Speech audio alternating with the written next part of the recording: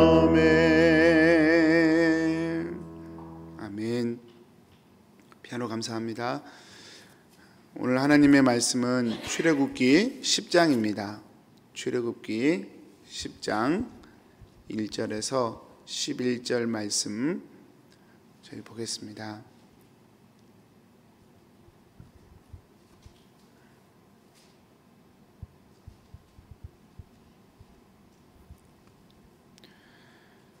여호와께서 모세에게 이르시되 바로에게로 들어가라. 내가 그의 마음과 그의 신하들의 마음을 완강하게 함은 나의 표징을 그들에게 보이기 위함이며 내가 내게 애굽에서 행한 일들 곧 내가 그들 가운데에서 행한 표징을 내 아들과 내 자손의 귀에 전하기 위함이라. 너희는 내가 여호와인 줄을 알리라.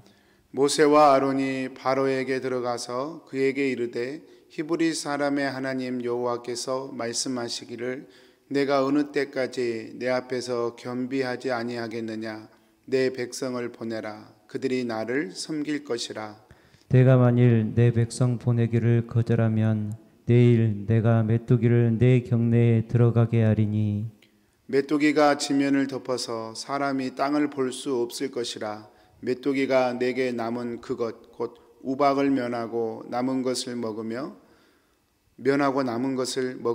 너희를 위하여 들에서 자라는 모든 나무를 먹을 것이며 또 내 집들과 내 모든 신하의 집들과 모든 애굽 사람의 집들에 가득하리니 이는 내 아버지와 내 조상이 이 땅에 있었던 그 날로부터 오늘까지 보지 못하였던 것이리라 하셨다 하고 돌이켜 바로에게서 나오니 바로의 신하들이 그에게 말하되 어느 때까지 이 사람이 우리의 함정이 되리이까.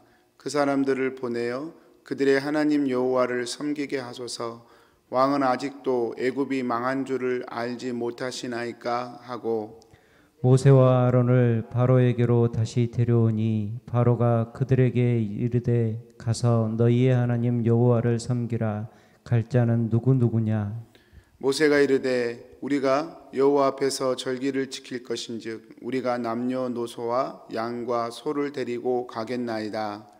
바로가 그들에게 이르되 내가 너희와 너희의 어린 아이들을 보내면 여호와가 너희와 함께함과 같으니라. 보라, 그것이 너희에게는 나쁜 것이니라. 그렇게 하지 말고 너희 장정만 가서 여호와를 섬기라. 이것이 너희가 구하는 바니라. 이에 그들이 바로 앞에서 쫓겨나니라. 아멘. 나와 자녀들이 사는 길이라는 제목으로 하나님의 말씀 묵상하겠습니다. 선생님도 오늘 말씀은 8번째 재앙입니다. 8번째, 7번째 때 우박이 임했고 우박의 특징은 그동안에는 몸을 상하게는 하지 않았는데 몸을 이렇게 생명에는 위협이 없었는데 우박 때부터 이제 사람의 생명, 가축의 생명이 죽어나가기 시작했습니다. 그리고 우박이 떨어지는 곳에 막대한 재산상의 피해가 발생을 했습니다. 그래도 이제 바로는 꿈쩍하지 않았죠. 그때 8번째 지금 재앙이 내리는데 8번째 재앙은 메뚜기 재앙입니다. 메뚜기가 참 조그만한 곤충인데 그게 참 무섭다고 합니다. 2kg 정도 되는 곳에 약 1억 마리가 머물 수 있대요. 2kg 되는 곳에 1억 마리가. 기록에 보니까 아프리카 소말리아에서 얼마 전에 그 메뚜기의 재앙이 한번 있었는데 130억 마리가 한꺼번에 스치고 지나갔다고 합니다. 130억 마리가. 메뚜기 한 마리가 보통 하루에 그 몸짓의 3배를 먹는다고 합니다. 몸뚱이의 3배를 먹는데요. 메뚜기 130억 마리가 스쳐 지나가면 남는 게 없다고 봐야 된다고 합니다. 오늘 말씀에 보면 메뚜기 때문에 사람들이 땅을 못 볼 것이다. 그만큼 온 땅을 메뚜기가 덮어버릴 것이다 라고 하는 이야기인데 이거는 엄청난 재앙이죠. 더군다나 우박이 내려서 이미 1차적으로 큰 손실을 보았는데 그때 겨우 살아남은 곡식들, 살아남은 것들을 다 먹어버릴 것이다. 이렇게 선언을 합니다. 사실상 완전히 생명줄을 쥐어져 버린, 꽉 움켜 쥐어버린 것이죠. 그런데 오늘 말씀에 보면 이런 와중에도 바로는 마음을 교만하게 먹습니다. 끝까지 놓지 않습니다. 바로가 놓고 싶지 않은 것은 경제력이에요.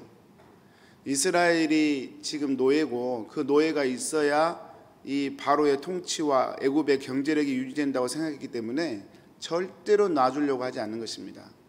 그것만큼은 놓을 수 없다는 거예요. 오늘 말씀의 특징 중에 하나가 이제 신하들이 최초로 바로에게 이제 직고한다는 것입니다. 뭐라고 말하냐면 이미 끝났습니다. 붙들면 붙들수록 우리가 손해라는 거 모르십니까? 바로가 지금 이익을 위해서 이스라엘을 못 보내고 있지 않습니까? 근데 그 핵심을 신하들이 짚는 거예요. 이익이 돼야 붙들죠. 근데 붙들면 붙들수록 손해인데 왜 붙들고 계십니까? 이제는 놔야 할 때입니다. 그렇게 직고를 하게 합니다. 최초로 있는 일이죠. 근데 이런 상황에서도 바로는 이스라엘을 놔주지 않습니다.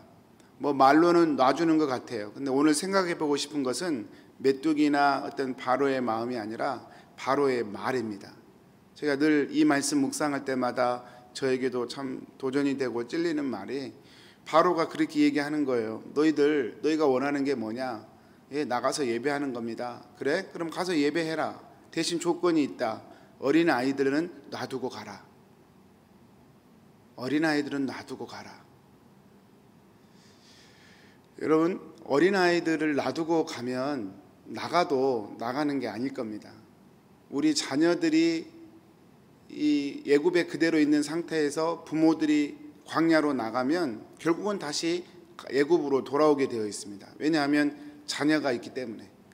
부모에게 있어 자녀는 그 인생의 전부라는 것을 이 바로가 지금 꿰뚫고 있는 것이죠.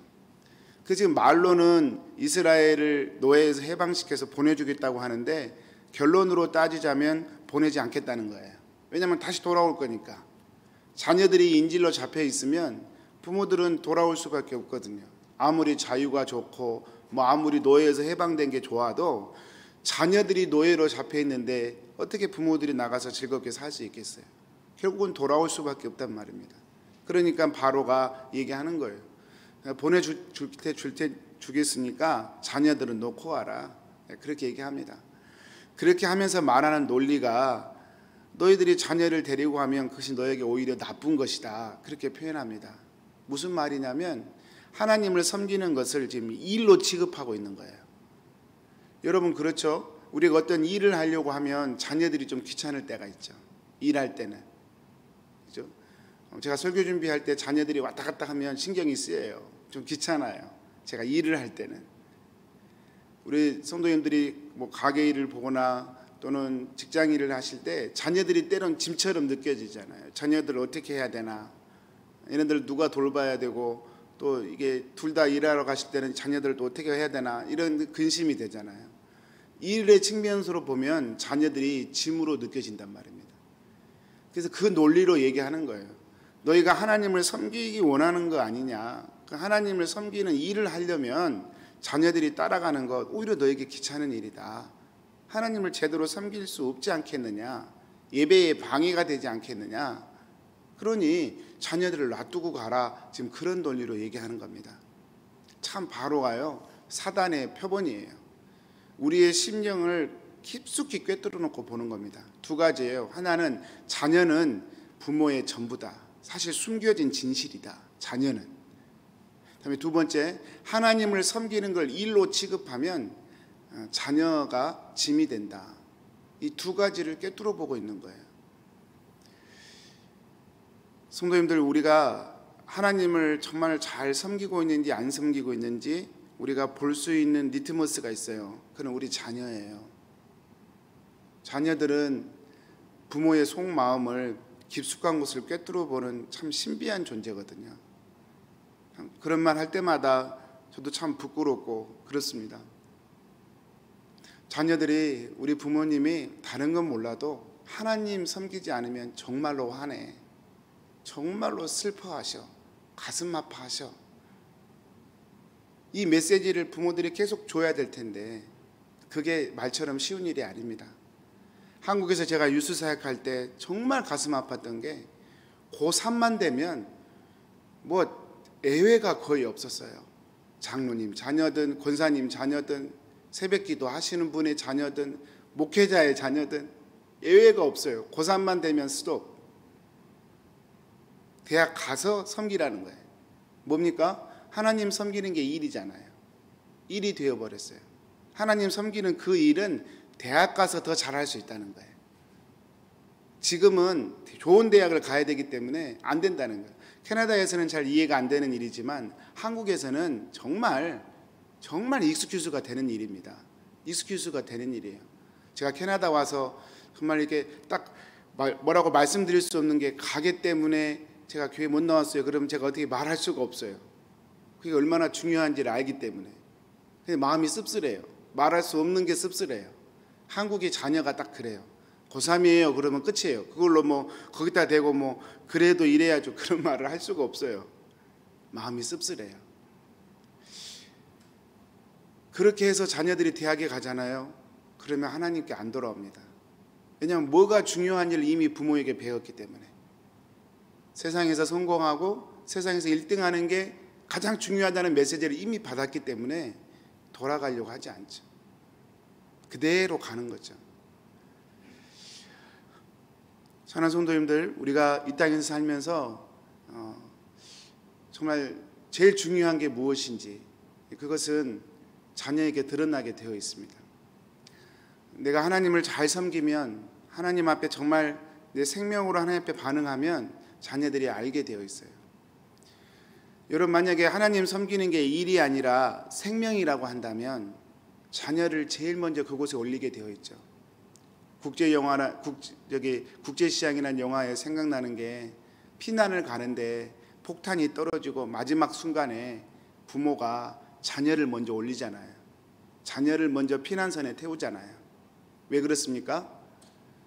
생명이기 때문에. 그 피난선에 타는 게 생명이기 때문에 부모는 내가 죽어도 자녀만큼은 거기 태우는 거예요. 생명이기 때문에. 하나님 섬기는 것이 생명이라면, 내게 마땅히 하나님 섬기는 게 생명이라면 자녀 먼저 태워야 될 거예요. 설령 내가 지옥에 가더라도 자녀만큼은 천국에 보내고 싶은 게 부모의 마음일 거예요. 그래서 내가 하나님을 지금 일로 섬기느냐 아니면 생명으로 섬기느냐, 자녀에게 갖고 있는 내 소원을 보면 알 수 있습니다. 사랑하는 성도님들, 정말로 축복하기는 우리가 하나님 섬기는 게 일이 아니라 생명이었으면 좋겠습니다. 우리가 말씀을 읽고 기도하는 게 일이 아니에요. 생명이에요.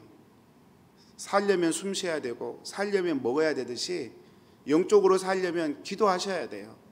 영적으로 살려면 말씀을 읽으셔야 돼요. 그러지 않고는 사는 방법이 없습니다. 이 세상 살면서 먹지 않고 숨 쉬지 않고 살 수 있는 방법이 있다면 정말 신기한 일이에요. 오늘 없는 일이거든요. 말씀 보고 기도하고 그리고 하나님과 교제하고 이것을 생명으로 누리는 저와 여러분이 될 때 우리 자녀들이 알 수 있어요. 아, 하나님 섬기는 게 생명이구나. 이것만큼은 포기해서는 안 되는구나. 여러분, 그랬을 때에 우리의 신앙이 자녀에게로, 또 하나님의 축복이 자녀에게로 흘러갈 줄로 믿습니다. 아무리 급해도 생명은 가장 첫 번째 프라이어티입니다. 돈보다, 또 어떤 성공보다, 어떤 행복과 불행보다 첫 번째는 사냐 죽느냐의 문제입니다. 죽으면 무슨 소용이 있겠습니까? 죽어버리면 재산이 무슨 소용이 있으며 성공이 무슨 의미가 있겠습니까?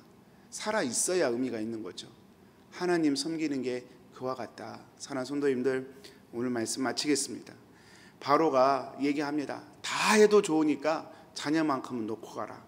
오늘 또 사단은 우리에게 그렇게 얘기할 것 같아요. 너 혼자 열심히 잘 믿어. 근데 자녀는 건들지 마. 자녀에게 자유를 줘. 다 때가 되면 믿을 거야. 여러분, 거짓말일 수 있습니다. 네 인생이니까 네가 알아서 때가 되면 하나님 믿어. 이 말은요, 내게 지금 하나님은 생명은 아니다라는 말하고 똑같아요.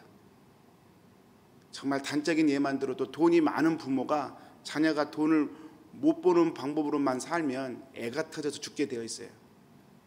나는 돈을 잘 버는데, 돈은 방법을 아는데, 돈을 버는 방법을 아는데 자녀가 그걸 몰라. 그럼 어떻게 되겠어요? 어떻게든 가르쳐 주겠죠. 이렇게 하면 돈을 벌 수 있는데 왜 그렇게 살아? 얘기하겠죠. 그냥 때가 되면 다 돈 버는 방법 배울 거야. 다 네가 알아서 해. 이렇게 말하는 부모는 없을 거예요. 하나님 섬기는 것 생명이면 우리는 자녀에게 시와 때를 가리지 않고 하나님이 생명이라고 권면하고 말할 수 있게 될 것입니다. 오늘 또 저와 여러분이 그런 부모로 또 그런 신앙의 인도자로 사라지는 하루가 되시기를 축복합니다. 우리 기도하겠습니다. 사랑하는 하나님, 오늘 또 하나님의 말씀 주셔서 감사합니다. 자녀의 문제를 가지고 누가 나는 잘한다고 큰소리 칠 수 있겠습니까? 늘 부끄럽고 늘 죄스럽고 그렇습니다. 그럼에도 불구하고 사랑하는 주님, 오늘 또 이 말씀 우리에게 새깁니다. 사랑하는 자녀들이 정말 하나님을 바라볼 수 있도록 나도 생명으로 하나님을 바라보고 자녀들도 생명으로 하나님을 바라보는 자로 설 수 있도록 그러한 축복이 우리 가운데 있도록 하나님 인도하옵소서. 우리 사랑 킹선 한인교회 교우들 가정들 붙잡아 주셔서 이렇게 가족이 함께 어울릴 수밖에 없는 시간들을 보내면서 정말 가장 소중한 주님, 생명 되신 주님을 발견하고 나눌 수 있는 그런 은혜가 있도록 우리 주님 축복해 주시옵소서. 감사하옵고 예수님의 이름으로 기도합니다. 아멘.